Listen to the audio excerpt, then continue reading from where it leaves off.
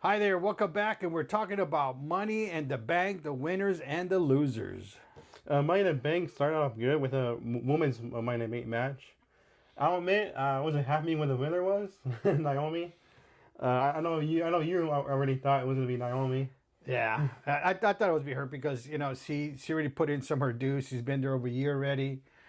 She's been clashing with Jade and Bianca. So to me, I figured it was time, and sure enough, she won. Yeah, I mean, women's match kind of took a while for the ladders to come into play.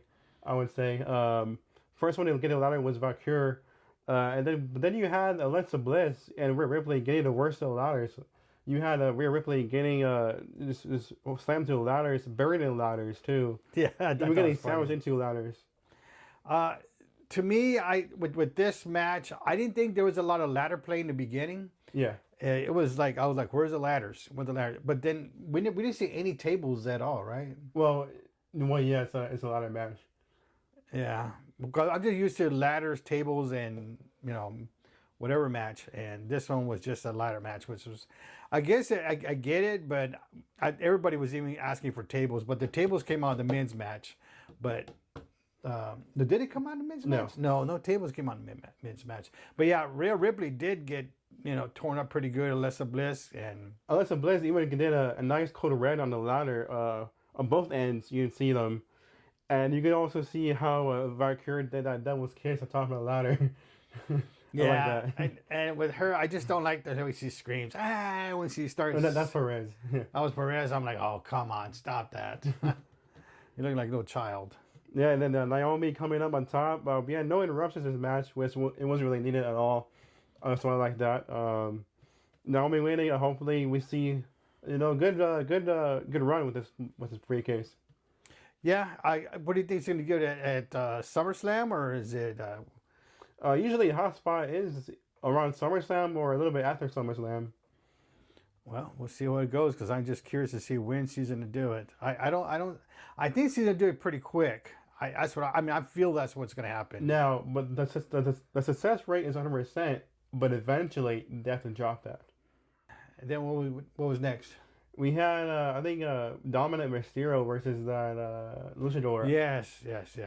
But Dominik Mysterio won, right? Yeah. Which I figured he was going to win. But the Luchador came in fast pace. It was fast paced match. He was beating up Rey Mysterio a little bit match, but then Dominik quickly got on top of the match and kind of got the win. He just turned it right away, and then I think it was pretty much done from there. I mean, he came back a little bit, but Dominik Mysterio really did good on this match. Then we had Becky Lynch, right? Yeah, Becky Lynch and Lyra Valkyria. Now, this match, obviously, very unexpected win. I was shocked by the win by Becky winning. But Lyra was the one who got the attack right away in the match. When the bell rung and she got the attack and jumped on Becky. And it was... Yeah, she was doing good. That was a back and forth match out of all the matches on the card. That was one back and forth match. But I'm a fan of Becky Lynch, so I was glad she won. Yeah. I wasn't too thrilled about what she did at the end. Making her lift the arm was part of the deal, but not all the way around. Yeah, doing that heel move right there. Yeah, and then putting the belt on her, I'm like, no, you took it too far. And then you were saying how Lyra should gonna hit her or something, attack her. Which Lyra did attack her. He did a Nightwing also. I was like, man, she needs to hit her. I like Becky Lynch, but she needs to get hit. And sure enough, Lyra did attack her. I'm like, yes. I'm like, no, yes, no, but. Now we're saying also how Lyra has a potential to be a top star in the business. Yeah, we were talking about that. I see her as a top star. Like she's gonna be there. She's gonna do another Becky Lynch, Charlotte Flair. She's gonna be up there. And no doubt about it. Also, I forgot to mention that women's Money in the Bank match. How you at the beginning you had, the new gen and the veterans on one side and the other. Yes, the beginning. I forgot to mention that. That was pretty cool. But then who went out who went out of the ring? It was the new gen outside. Went out of the ring first because Vaquer brought the ladder in. But next match you had was the men's Money in the Bank match. Now I think that's pretty good too because now men's right away brought ladders in the match right away. They didn't skip a beat on that at all. Because then you had I think men's. Hold on, let me see. Let me see the men's match, but there was a lot of just like hitting the ladders, like a helicopter with the ladder, throwing the ladders. Yeah, a lot of slams on the ladder too. A lot of slams. Yeah, and there was a lot of really good moves on there. Jumps from the top of the ladder, falling down, and then who's the one that ran up with the ladders and used them as I think it was LA Knight. Yeah. LA Knight, no, was it? No, Yeah, LA Knight. LA Knight sent Chad Gable on top of the ladder. Yes. And then he climbed.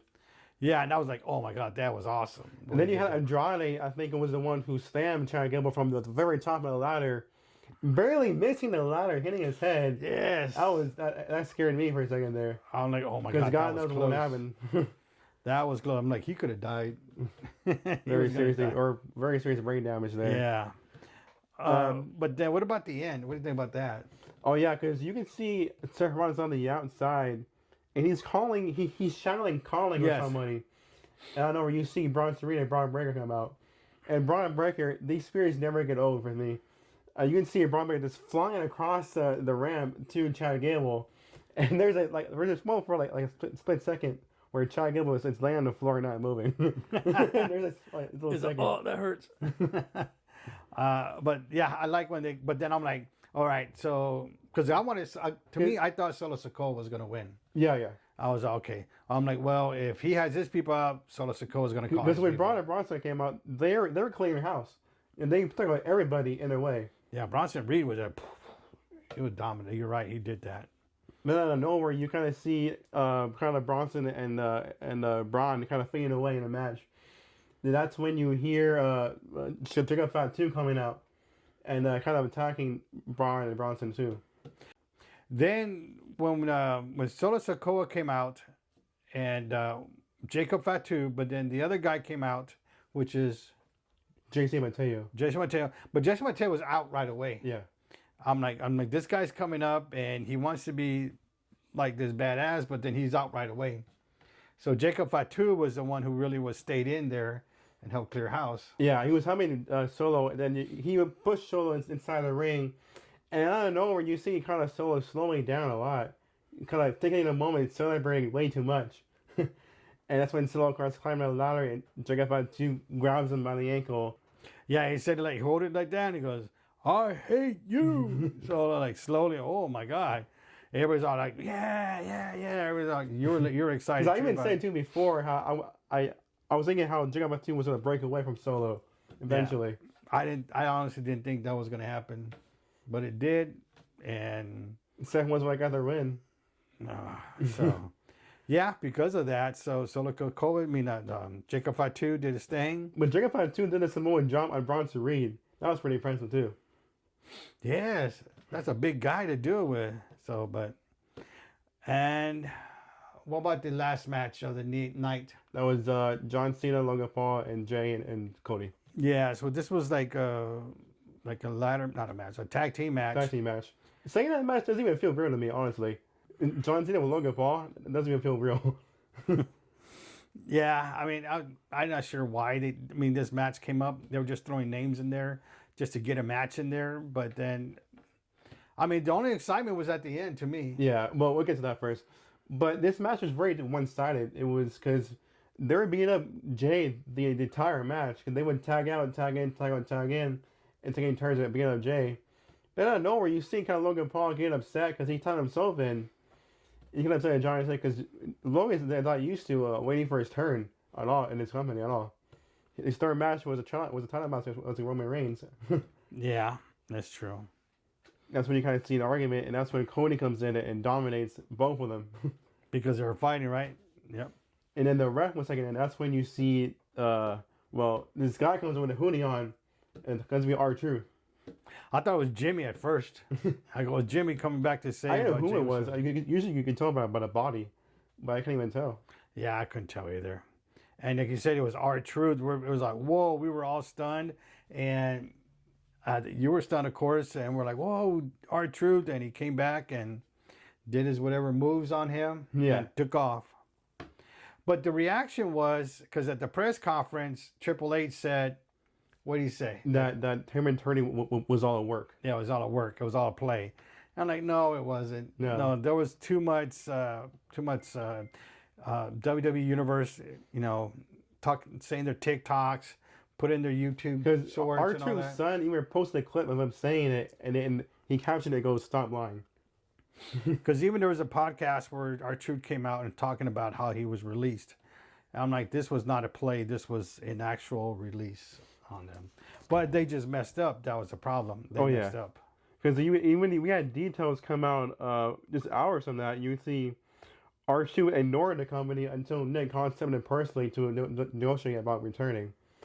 Then you had a deal was made just days before Money in the Bank. And then he would now use the name Ron Killings instead of R-Truth. And I was telling you that he probably did that. He goes, if I coming back, then I want more royalties, more things for my merchandise, and more like he gets control of his name. And I think, to me, I think that's what he did. I'm not sure if he did, but I think he did it the smart way, and he wants more money out of that. Because at the same time, too, Ron Killings is also a different character. He's more of a heel character, Ron Killings. So I guess we'll see if he's just using the name or he's using the character. So I guess we'll see on Monday. We have Nikki Bella coming in. Yeah, on Monday. That was kind of crazy. I was kind of thought by that. We'll see how that goes out. I know they're bringing back that pay-per-view where it's all female wrestlers. So I think she's probably been on that card. We'll see. But we'll see you next time. Peace.